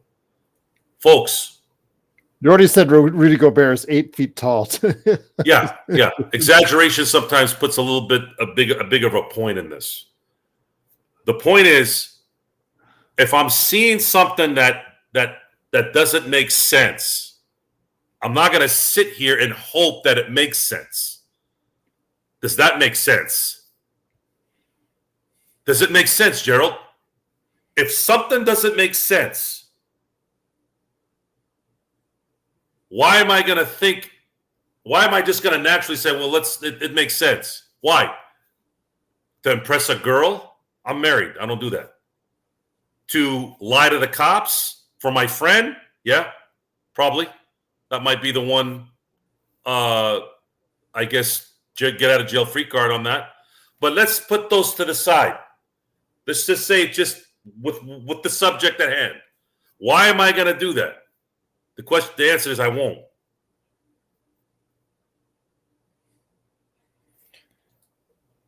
I want to ask you this. Callie said Giannis is doing the same thing and no one is saying the same thing about him. You might want to ask Milwaukee fans if they're saying the same thing, because I would if I was a Milwaukee fan, Joe, because of his affiliation with his brothers. And the Lakers had Antetokounmpo on their team in their championship run because they were hoping that they could bring Giannis over here eventually.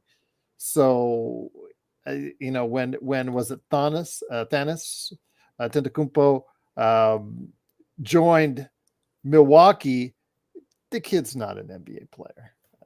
It's the same thing. It's the same thing, but because maybe it's in Milwaukee, it isn't in a major media market, it didn't get as much attention, but he is doing the same thing that Bronny is. A player that may not be ready for the NBA is taking up an NBA roster space you could give to someone else. And of course, that may be able to contribute. What's been the result the last 3 seasons in Milwaukee? Disappointment, right? Mm-hmm. Stop letting your players run your business. I understand Giannis is a 1 in a million player, but you're compensating him. You're paying him max money to be your player. You're not paying him to tell you what to do to put together a championship team. Pat Riley didn't put up with LeBron James. They still are contenders. They're still playing to win. At some point, you gotta, if it's always about the money and always about we got to do this or we're not going to get this, then you're done. You're always going to make an excuse to do anything at that point. You're going to rationalize. There's things you don't rationalize. Peace of mind is a very important thing.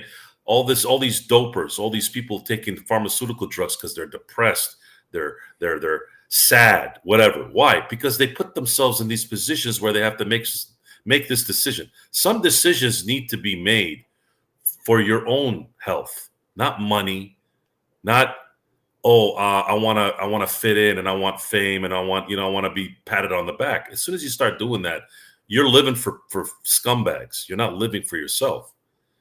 And I'm not a new life guru here. I'm not trying to tell you to go. You brought up Isaiah Wong, who was the number 55 pick last year. He was on a two-way, Joe. Trace Jackson Davis got a 2-year contract. That's because Golden State saw the potential and they hit a home run with him at 57. I was going to say something. Yeah, I was going to say something about Thanasis. Thanasis is 6'7", 6'8". Yeah. I mean, NBA is height heavy. If you want to talk about potential, you don't see a lot of 6'7", 6'8" guys in society and guys that have that kind of athleticism. So not picking on only the Lakers for doing this, but and again, it's Milwaukee. No one cares. I don't care. It's Milwaukee. This is the LA Lakers. We're supposed to win championships, not worry about what some guy's brother's doing. Or someone's son. But at least if you want to look at it from what do they say, in a vacuum? Mm-hmm. I still don't know what the hell that means. Thanasis is 6'7", 6'8". He's got an NBA physique. Bronny is a skinnier me. He's 6. Subscriber, huh? He's 6'1". Thank you, Pedro. And a half. Thank you for subscribing, Pedro. Yeah, 6'1" and a half. And today he got out rebounded and out jumped on more than one occasion, Joe. It was not pleasant to watch. And for a guy that's got a 40 vertical, this guy really has a 40 vertical, though? Is that true? It was tested at the combine, yes. Okay, how come I don't see it in his jump shot then? Wouldn't he do that? Wouldn't he try to get enough elevation so he can get a better shot? Is anyone teaching him the mechanics? Or are they sitting there going, oh, it's okay. He'll learn. He'll develop. He's a defensive potential guy. He's got good instincts. If he's got such good instincts, why doesn't he use the actual instinct he has to better his jump shot? I hate people who are full of shit. Hate when people are full of shit. Talking out their ass. They don't even know what they're saying. Why isn't he using it, Gerald? He's got great instincts. Use your 40-inch vertical then. Who's teaching this kid how to shoot? Where's his dad? He's worth a bill, right? Allegedly, he's worth a bill. How about a shooting coach? Something. Or do you care? Just nonsense. Absolute nonsense. The amount of bull that I keep hearing with everything. Well, the thing is, Joe, I think what people miss the point. Okay, Bronny's just a rookie. He's just this. But it takes up a roster spot, guys. We're at the second tax apron. We can't do anything else. We've filled our roster with minimum guys picking up their option because they don't have better options everywhere else. We've got a lot of guys out there on this team that are already doing that. We've got Maxwell Lewis stinking it up in the summer league. We've got 3 two-way players, maybe one. Colin Castleton may make it in the NBA. I don't know. Amore he's raw. Maybe someday with him.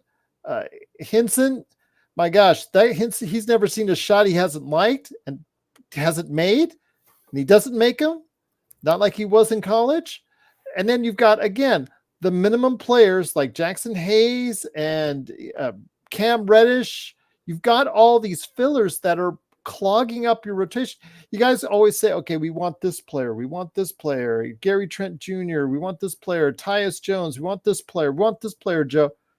You can't have them because you've filled up your entire rosters with guys that may not be able to give you any type of good contribution on the team this season. There's more than 2. There's 7 players on this team that are just not going to be good. and it's scary. 7 out of I go 12. I'm sorry, I go 13. The roster is going to be more than that, but out of the players that are actually going to play, it's 13 players on this roster. And 7 of them are not good. You have LeBron, you have AD, you have Rui, you have Austin, you have D'Angelo, and you have a rookie. Knecht. Those are the 6. The other 7? The other 9, because you've got 15. I'm not counting the 13 and 14 player. That's the 14th and 15. I'm talking about really the first 13. Okay. That's the last 2 roster spots are just fillers to me. Really, it should be 10. Actually, it should be 10. How often do you see a 10-man rotation in the NBA consistently throughout the year? Yeah, but injuries. Okay. Cam Reddish was going to be probably a 12, barring injuries. How often do you see that? You see him? It's just rare, right? Yeah, 10 or 11. Right. I think maybe Indiana, just because I'm talking rotational. A couple others. Yeah, I'm not talking. Yeah, I'm talking about rotations. I'm talking rotations. There's only a couple out there, and that's all dependent on the style of play that they play. But yeah, most teams only run 9, 10 guys. And it's going to get worse now with that because the rosters are going to be so top heavy that you're going to get more marginal players on rosters. But before this transition, there were very few times, barring without an injury thing, where you saw 10-man rotations. You saw maybe 8-man rotations, and then the playoffs bring it down to 6 and 7. And you saw a lot of that this year. So the Lakers need depth more than any team because you have LeBron James, who's got too many miles on there, and you have too many guys that are very beneficial to the team that are too one way. There's Plus not enough. Playing AD a ton of minutes, and you know how reliable he has been in the past. Right. Well, he's been pretty reliable here in the last year, and I'm gonna last year, but I'm talking about overall when you look at this by season. But I'm gonna roll with what I saw. I can't go negative all the way. I can't just go into this season going he's gonna get hurt. I can't think that way. That's too much. Okay. I'm gonna say that AD is gonna not have a 20-game injury issue. Okay. I'm not going to say that's going to happen. That's a terrible way to think. I want this team to somehow figure out a way to get talent on it before the season is over. If they don't, it's over. They're not winning another championship, and they're not going to win anything right now. They're going to have to do something. They're going to have to do something that's going to probably have to be big. I have no idea if it's possible. I really don't. I mean, it boggles my mind that they're in the second apron with 7 shitty players on the team. How is that happening? And you have the Celtics, you have Oklahoma City, you have Sacramento, you have the Warriors, you have the Clippers. Still, they're in the same boat. They're over the aprons, and they're still making deals. And then all the excuse machines are like, well, Joe, they're in a second apron. I'm like, what the hell are these other teams doing? Yeah, but you see in the case of Phoenix, who they get, they re-signed Josh Okogie, and in doing so, Joe, they probably will incur a $400 million tax. $400 million. Derek White became Derek White because he went to Boston. Derek White wasn't who he was now before. He wasn't like this in San Antonio, was he? Not to this level, no. He was somebody who was struggling with his jump shot. He saw the signs. Good defender, but he has put it all together in Boston. Okay, why do you see a coincidence there?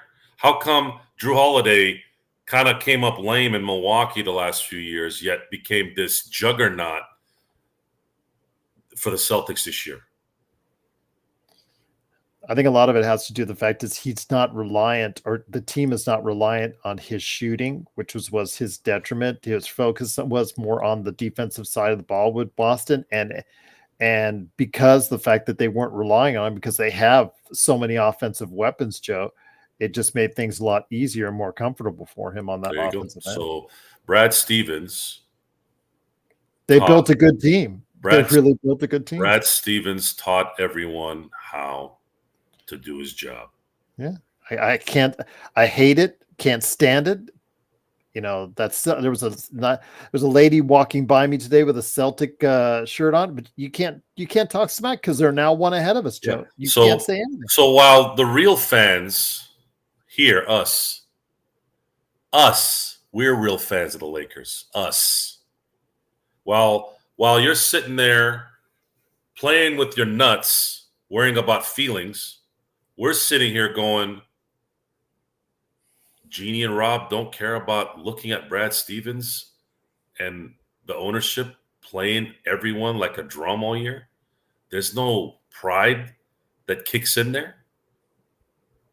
The first thing you say at a press conference for a coach that's never coached in the NBA is, well, the current NBA is difficult to have trades. That was your introduction for a coach, is to tell everyone how inadequate and pathetic you are at your job, and you want me to be positive.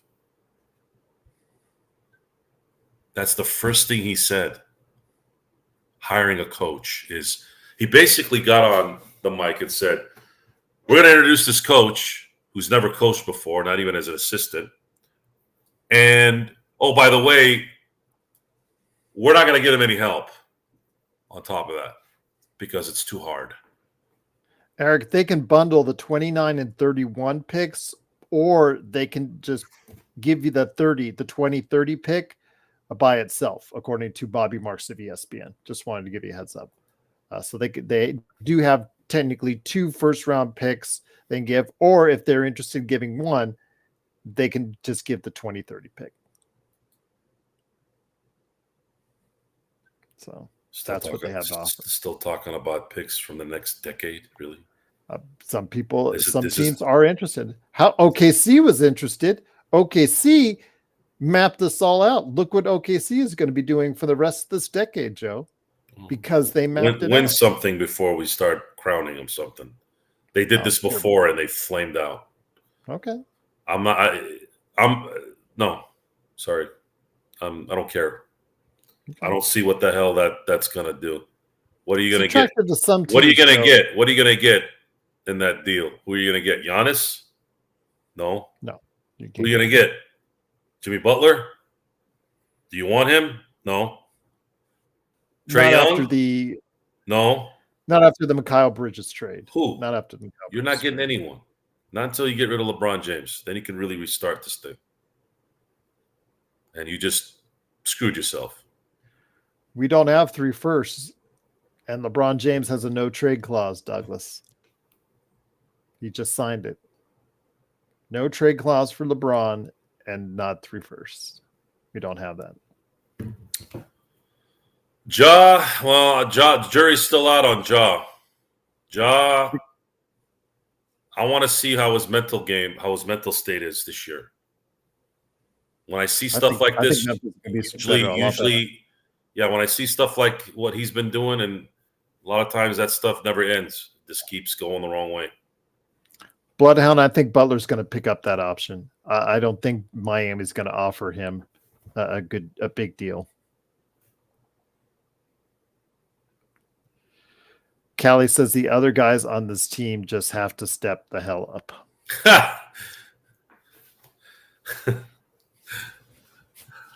Well, we need the soundboard with the guy from Taken. Rough again. If Knecht can shoot 40% from 3, I'm strongly considering that. He just has to have passable defense. He just has to be. I'm not even saying league average. I'm just saying just passable. Just passable defensively.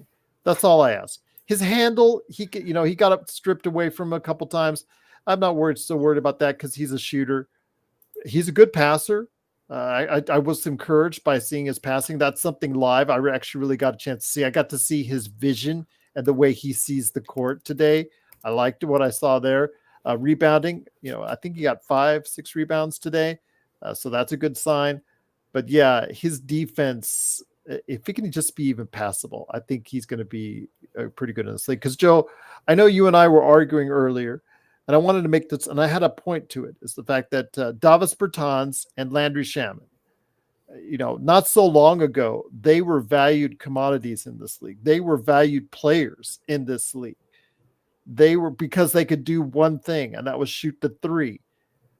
But over the course of the past couple of years, it's now become, since there's so many players shooting 37, 38, 39, 40 plus % from the 3-point area, you have to bring something and add something else to your game that you can do efficiently or at least a league acceptable level in order for you to stay in the league. So these guys like Bertans and Shamet, who got nice deals 3-4 years ago, are now out of the league because they couldn't do anything else well besides shoot the 3-pointer.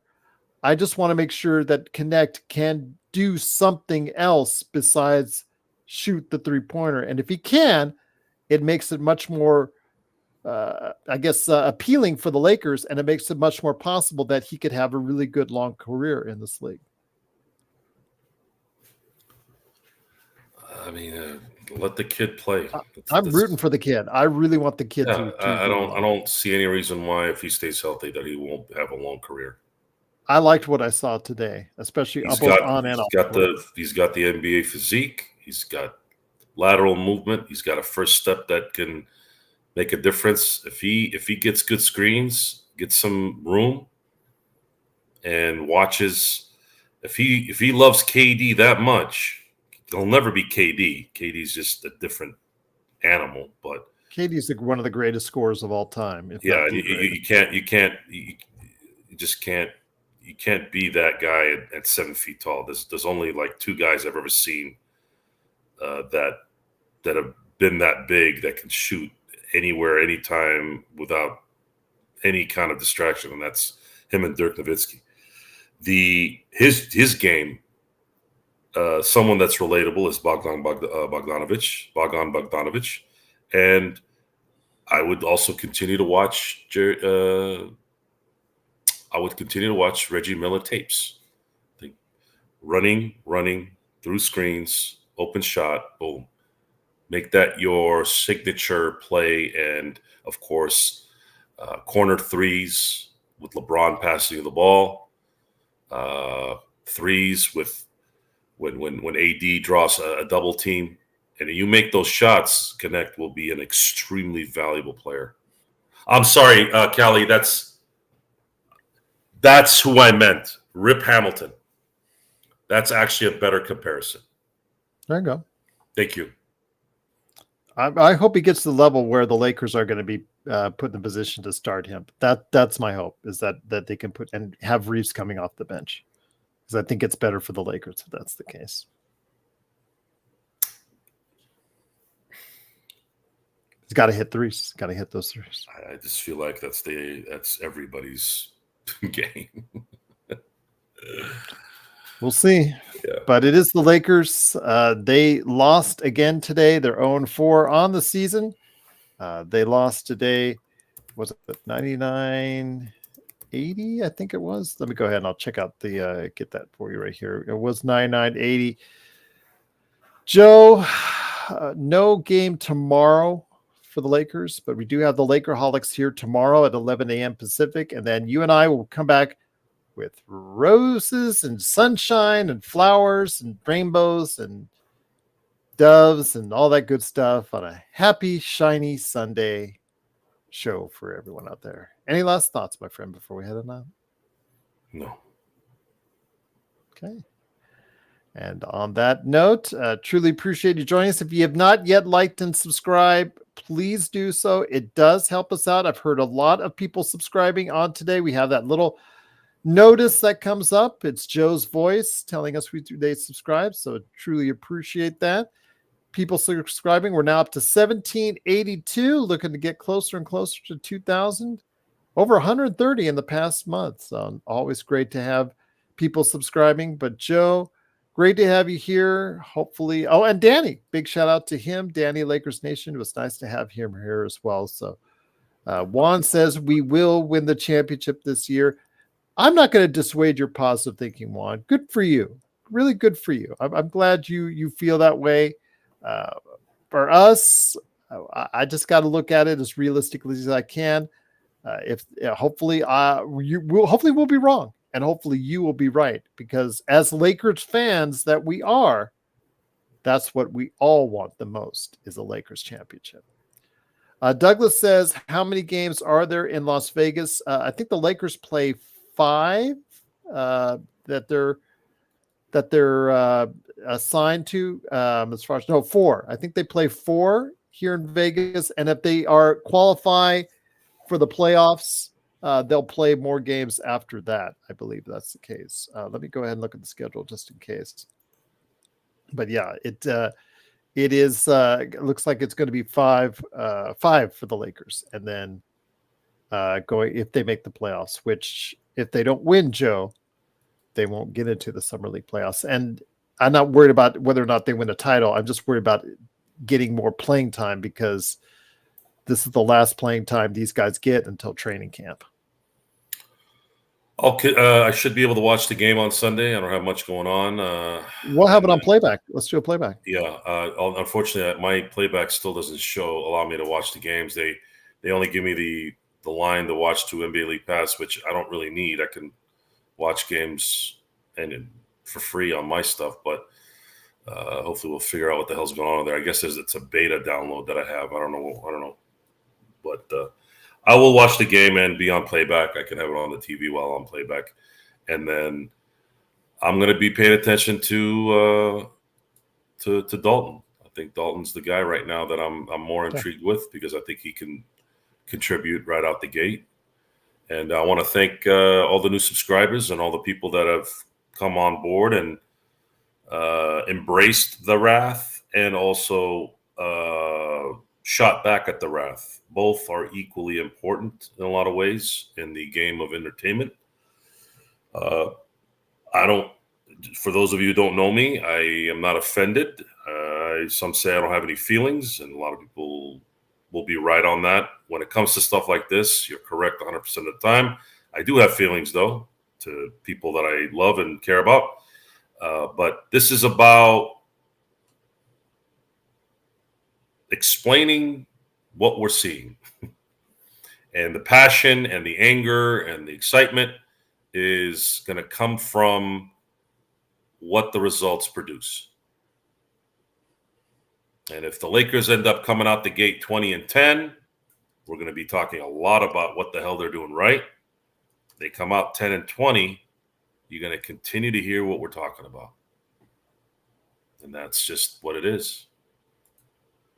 And again, thank you for subscribing. I think, Gerald, I think we got like 13 just within the last hour or 2 so. hours. Yeah. 2 hours. Yeah. It's a good time. Again, a lot of people, whether they disagreed with you or agreed with you, whether they were arguing with you, calling you crazy, calling you this or that. 805 got a little testy, but he came back, or she came back. He came back.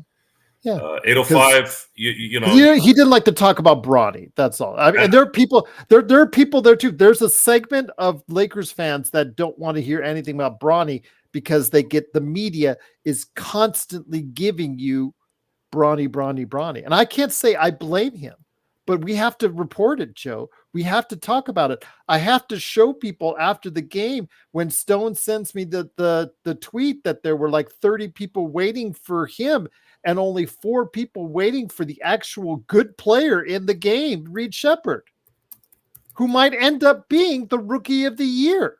He certainly looked like it today. So that's what's irritating to guys like 805 that want to see the actual basketball being played and not the circus, as JSJ called it earlier today, being talked about. And I can't say I blame them. I can't say I blame them at all. No, I don't want to talk about it either, but you asked me a question, I'm going to answer it.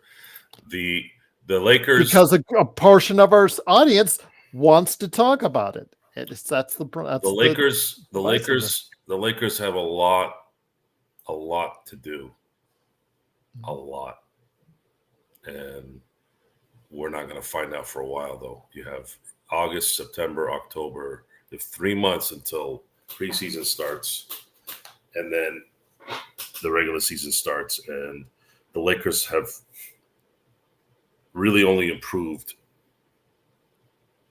from the 17th pick in my book, but we don't know that yet until they play. And we'll see if that happens. Yeah. And we'll see that come training camp and when they go to exhibition and start of the season. We'll see how JJ is as a coach. But for now, it is the Lakers in Summer League. If I go to any more games, and if you're in Vegas, I'll let you know in advance or best I can. Kind of get my tickets at the last minute when they tell me that they're available. So apologize, I didn't give you guys enough advance for today. But if I do get any more, as far as me heading down there, if I do get the word, I'm going to be heading down there. I'll let you guys know on the channel. I'll send a note, and hopefully we can get some people together to say hi. I was actually on the NBA TV feed earlier today, repping the Lakers Fast Break out there for you if you caught it. But again, it's Gerald Glassford. Truly appreciate you joining us. But tomorrow, it is the Lakerholics crew. That Lakerholics crew is going to be Jamie Sweet, Laker Tom, Michael Heinrich, and hopefully Eld Rob as well. There are 4 great guys talking Lakers basketball, and they'll do it tomorrow as part of a great Lakers weekend. And then Sunday, playback.tv, and a very cheerful and happy Sunday, cheery, lovable, cuddly, warm, fuzzy feeling. I'll have a white wine spritzer too. Absolutely. We'll be going full yuppie right there on Sunday on the Lakers Fast Break podcast.